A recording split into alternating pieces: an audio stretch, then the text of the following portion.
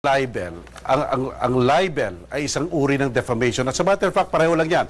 Libel at slander ay isang uri ng defamation. Ano ba una ang defamation?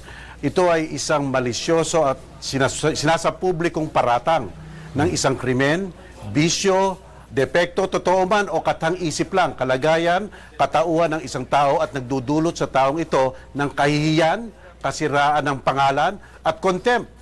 Pag-contempt ng ibang mga tao. Kasama na rin dito, Rapi, ang pagdudungi sa memory, sa alaala ng isang patay na tao. At kung isinulat yan, iyan ay libel. Kaya kung nakikita natin kung pinapadala ka ng Facebook o Twitter o sa mga newspaper at sinulat yung mga malisyosong paratang na yan, iyan ay libel. Pero ang slander, bunganga lang, laway lang. Kung laway lang o deed lang, kung may nasabi sa iyong seryosong bagay na nagdudungi sa iyong pangalan,